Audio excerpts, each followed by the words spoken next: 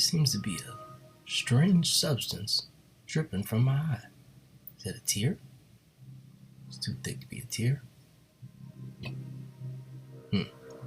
Still there? Yeah, just wipe it off. Nah, I can't wipe that off. What is this? Nah. No way, bro. Definitely not shooting this with video.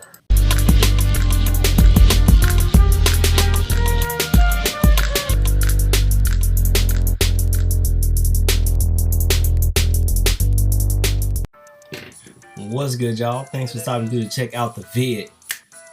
Fair warning, this is probably the shortest video I've made in a long time. Now, I know I say that every time.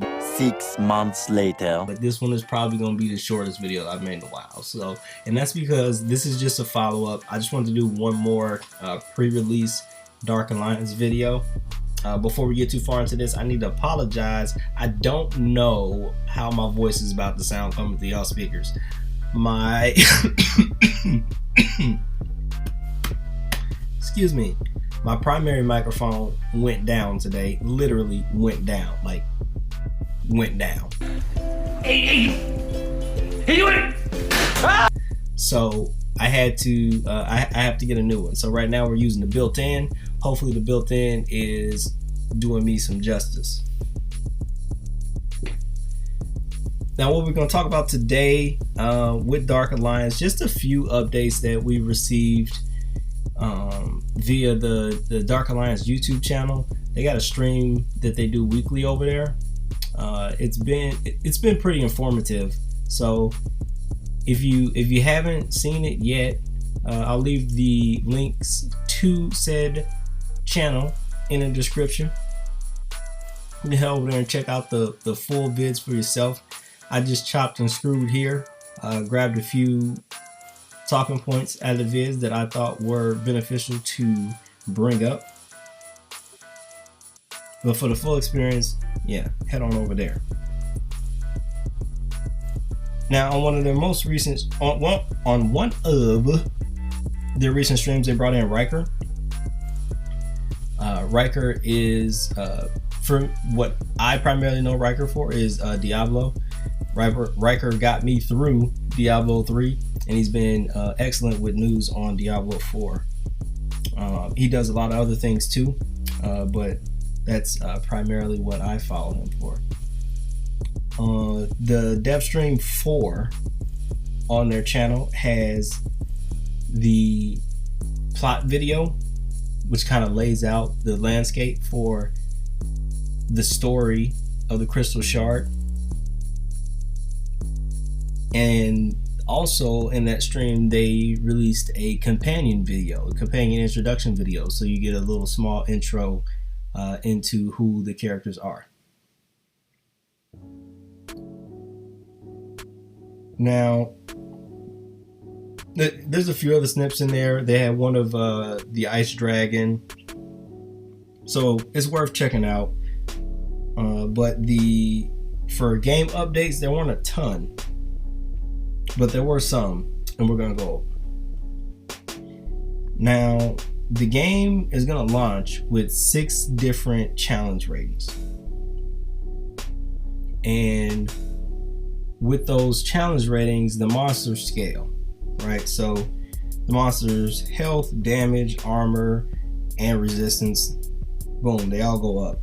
But their behaviors stay the same. So they're not gonna get like brand new skills because the difficulty went up, but they are gonna hit harder, right? Typical monster upward difficulty kind of shit. But the higher difficulty, the better the loot, of course, as you would expect. There is no gear trading though. That's slightly disappointing, but not a deal breaker for me. And by that I mean, whatever character you're playing with that you earn that loot for is staying with that character. So if you playing Caddy Bree and one of the homies is playing Runer, and you earn, gear for Caddy Bree that you don't want, you can't send it to him for him to use for his Caddy Bree or her Caddy Bree, right? So that's what that's about. There are going to be status inflictions in the game though. So for instance, the example that was given, one of the monsters has the ability to inflict confuse, and they actually tied it into the game where when you fall under the confused status, your controls get inverted. So temporarily until your status is, until the status is gone. So that's kind of dope. And the weapons, some of the weapons can deal elemental damage. So again, dope as well. Now we're getting into sort of possibly character builds. I'm excited for that. Couch co-op. There is going to be couch co-op. However, they're going to be sort of phasing that in. So couch co-op, they're going to start with the next gen consoles. If I had to guess, that's just to ensure that they start with the smaller test group. Obviously not as many people have the next gen as the current gen. So that's my theory on that. I could be totally wrong. That's my best guess. Because otherwise, if you wanted to make the people happy, you would throw it on current gen, your PS4 and current Xbox, because that's what most people are gonna have as far as console goes. Then that just brings me to my concerns. I don't have very many concerns with this game, but I do have a few. Sorry, y'all. Man, it's itchy throat. I'm trying to get through this. These allergies is kicking my...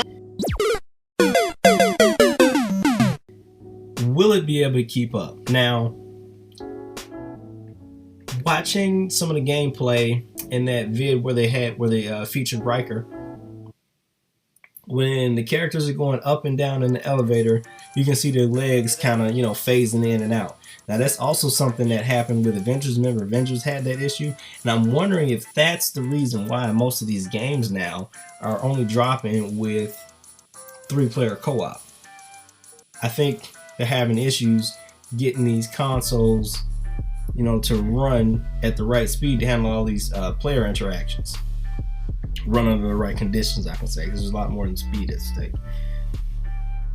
So that's probably why we've been seeing so much of that. But again, this is an in development build, so I expect that's probably going to be ironed out by the time it launches, more than likely. So that brings me to my second, last, and only real concern, is longevity. I'm curious as to how they're going to keep this game pumping.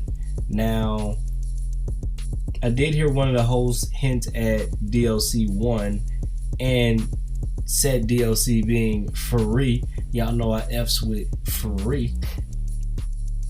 But I'm curious how this DLC is going to play out.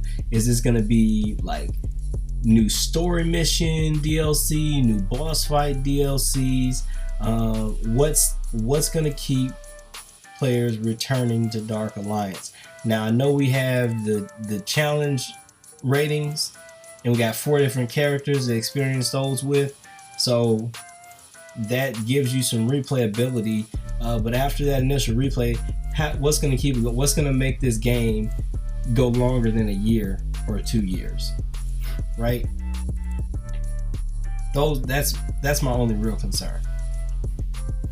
Other than that, y'all know the deal.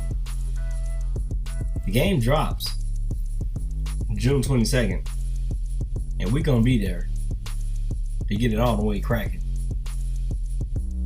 So until then, I will catch y'all in the next video.